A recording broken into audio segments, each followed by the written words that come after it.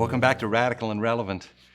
Today's story is one we've heard 100 times, and so we need to focus in especially. And remember, not looking necessarily to take in the whole reading, the whole story. You're looking for a word or phrase or an idea that God uses to speak to you today, to anchor your life, and to allow the gospel to take root in your day today. Today's reading is from Luke chapter 15, verses 1 to 3 and 11 to 32. Now the tax collectors and sinners were all drawing near to Jesus, and the Pharisees and scribes murmured, saying, "This man receives sinners and eats with them." So Jesus told them this parable. There was a man who had 2 sons, and the younger of them said to his father, "Father, give me my share of property that falls to me." And the father divided his living between them.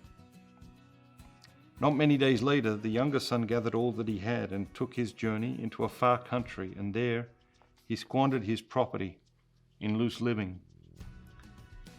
And when he had spent everything, a great famine arose in the country, and he began to be in want. So he went and joined himself to one of the citizens of that country, who sent him into his fields to feed the swine.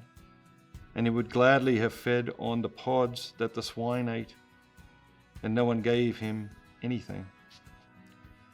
But when he came to himself and said, "How many of my father's hired servants have bread enough to spare? But I perish here with hunger.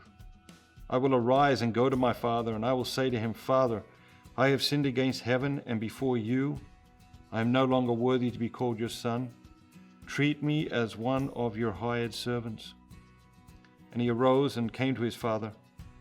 But while he was yet at a distance, his father saw him and had compassion, and ran and embraced him and kissed him.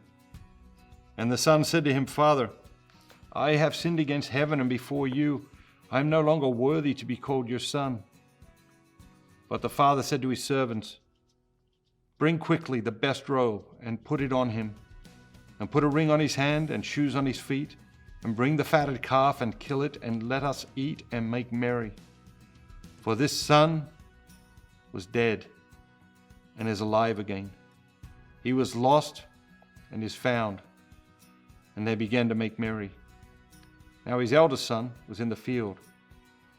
And as he came and drew near to the house, he heard music and dancing. And he called one of the servants and asked what this meant. And he said to them, 'Your brother has come home, and your father has killed the fatted calf, because he has received him safe and sound.'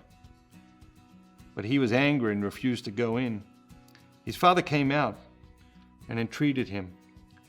But he answered his father, 'Lo, these many years I have served you, and I've never disobeyed your command.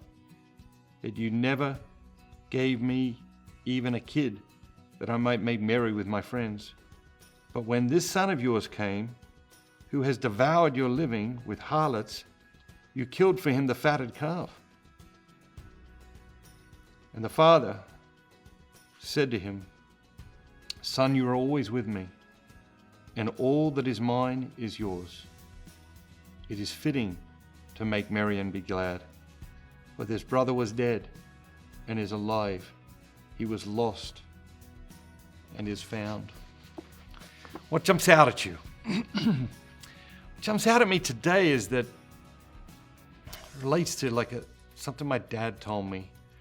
When I was a teenager, he said, true friends are happy for you when good things happen for you. And I think throughout my life, I think it's difficult to find those people. I think there's a lot of people, when good things happen for you, they don't think about you and rejoicing for you. They think about themselves, and whatever it is that happens inside of them as a result of that prevents them from being happy for you.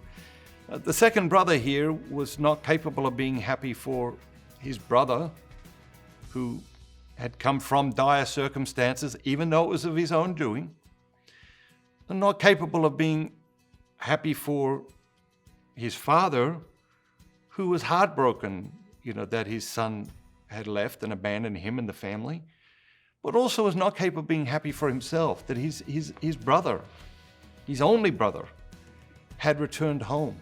And so I think the question we ask ourselves today is, when good things happen for other people, do we focus on them and be happy for them?